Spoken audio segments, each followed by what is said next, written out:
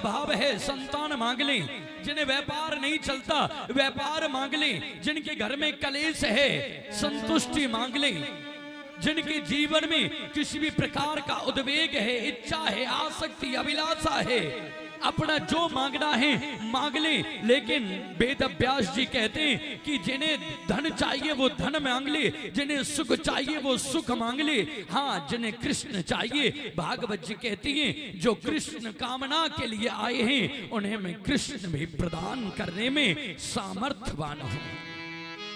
वो यहां से कृष्ण ले जाए। जन्माधस्य यतोन्वयादि तरतस, हमारे जीवन को प्रदान करने वाला कौन?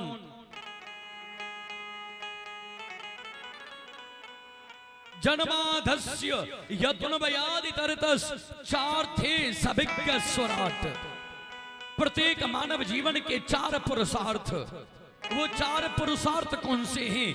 चार थे सभिज्ञ स्वराट। चार पुरुषार्थों के लिए जीव इस संसार में जन्म लेता है। पहला पुरुषार्थ धर्म, फिर अर्थ, फिर काम और अंत में मोक्ष। मानव जीवन के केवल चार मार्ग, केवल चार उद्देश्य, केवल चार कामनाएं और जीवन के केवल चार पड़ाव।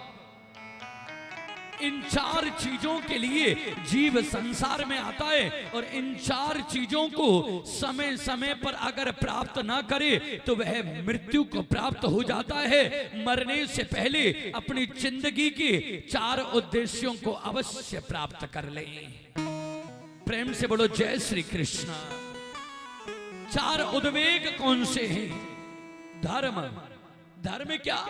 आप कथा में आ गए, ये धर्म है। आप मंदिर में गए, धर्म है। आपने नाम जपा, ये धर्म है। आपने तिलक लगाया, ये धर्म है। आपने जोत जलाई, ये धर्म है। लेकिन विचार कीजिए वो धर्म परपक्व है कि नहीं? वो धर्म कच्चा तो नहीं है, वो धर्म दिखावे का तो नहीं है, वो दिखावे का प्रकार तो नहीं है। कथा में बैठे विचार कर रहे हैं, आज तो 4 बजे कथा शुरू की है। बहुत से लोग तो घड़ी दिखाने का काम करते हैं। 2 बजे का कथा का टाइम आप खुद नहीं आते और फिर उम्मीद करते हैं कि व्यास जी 2 घंटे में कथा पूरी कर दें। नहीं हो पाएगा हमसे। 7 बजे से पहले कोई कथा से उठेगा नहीं। कथा की विधि, कथा माने कैकारस्य कृष्ण था स्थापयति इति कृष्ण। आप कृष्ण के सम्मुख कृष्ण कथा सुनने के लिए व्यासाय विष्णु रूपाय, और व्यास जो कथा सुनाते वो साक्षात विष्णु का रूप। आप विष्णु के सामने विष्णु की कथा विष्णु के भाव में अगर सुनना चाहते हो और यहाँ आकर के ये देखो जैसे बात करते हैं यूं टेढ़े करके, यूं कान करके, ये कथा सुनना नहीं है, ये कथा का आडंबर है। और इसी आडंबर के कारण जीवन में इतने दुख, इतनी आसक्तियां, इतना कलेश, इतने उद्वेग, इतनी दरिद्रता। जीवन में दरिद्रता का कारण हमारे अपने कर्म हैं। अगर कथा में बैठकर बात करोगे, अगर कथा में से जल्दी उठ करके जाने का विचार अगर रखोगे, यहां बैठ करके अगर मुंह झूठा करोगे, पानी पियोगे, किसी भी प्रकार की गलत गति आपकी मति को भ्रष्ट कर सकती है। और गलत गति होने पर मति, और मति के गलत होने पर कर्म, और कर्म के नष्ट होने पर हमारा भाग्य ही दुर्भाग्य में परिवर्तित हो जाता है।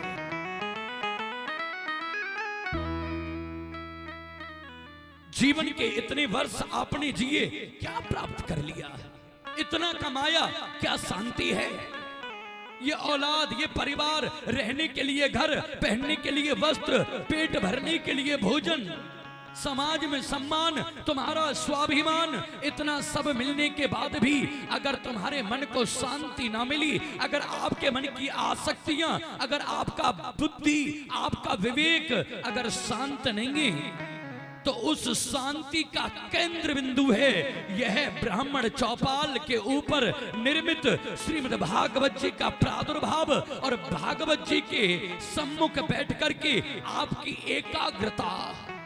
अगर आपका मन एकाग्र है, आपके विचार शांत हैं, आपकी बुद्धि शांत है, आपके हृदय की उत्कंठाएं अगर यहां पर शांत हैं, तो मैं व्यास गद्दी से आपको वचन दिए देता हूं 7 दिन में जब तक आपके हृदय में कृष्ण की स्थापना नहीं कर दूंगा, यह मेरा वचन है, मैं नरेला छोड़ कर ना जाऊंगा। लेकिन पहले अपने आप को सुधारो। खुद सुधरोगे जग सुधरेगा। अपने आप को सुधारे कौन? दुनिया को सीख देना, सलाह देना, मशवरा देना, मार्ग बताना बहुत आसान है।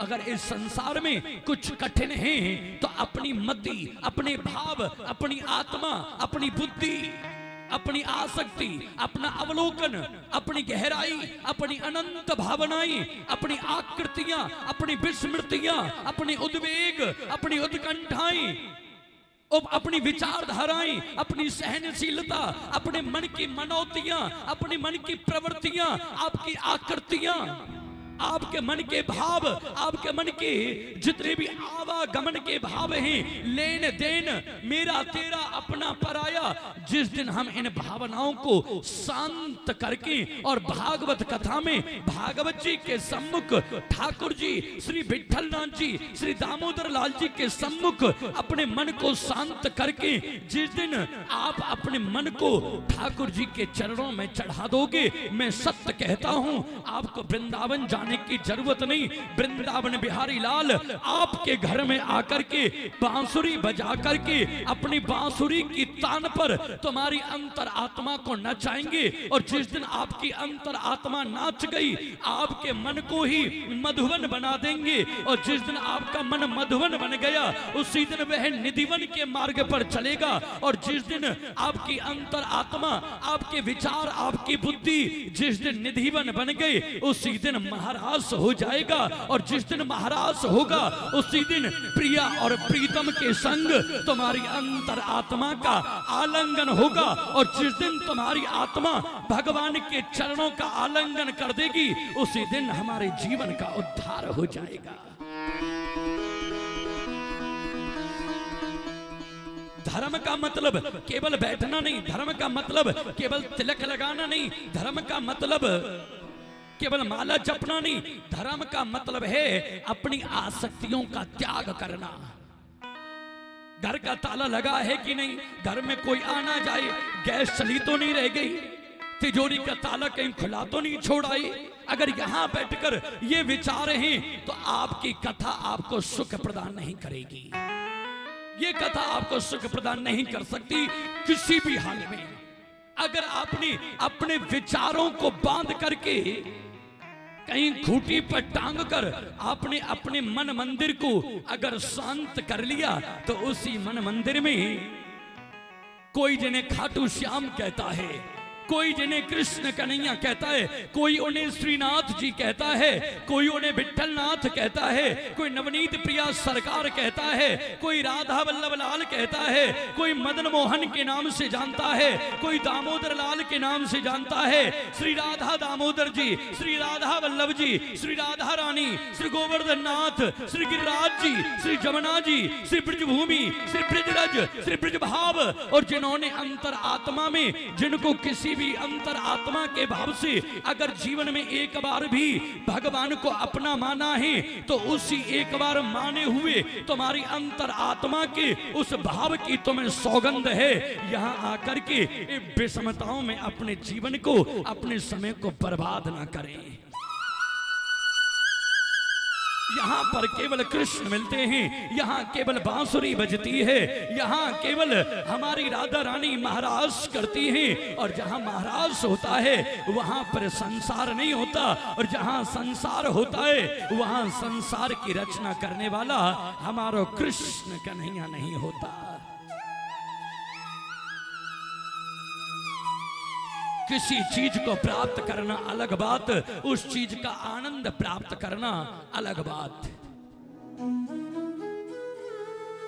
घी तो आप ला सकते हो, हम समझते हैं आप 15 किलो का टीन कहीं से ला सकते हो। अगर 15 किलो घी को एक बार में पी जाओ तो उसे पचाने की शक्ति कहां से चुरा के लाएंगे?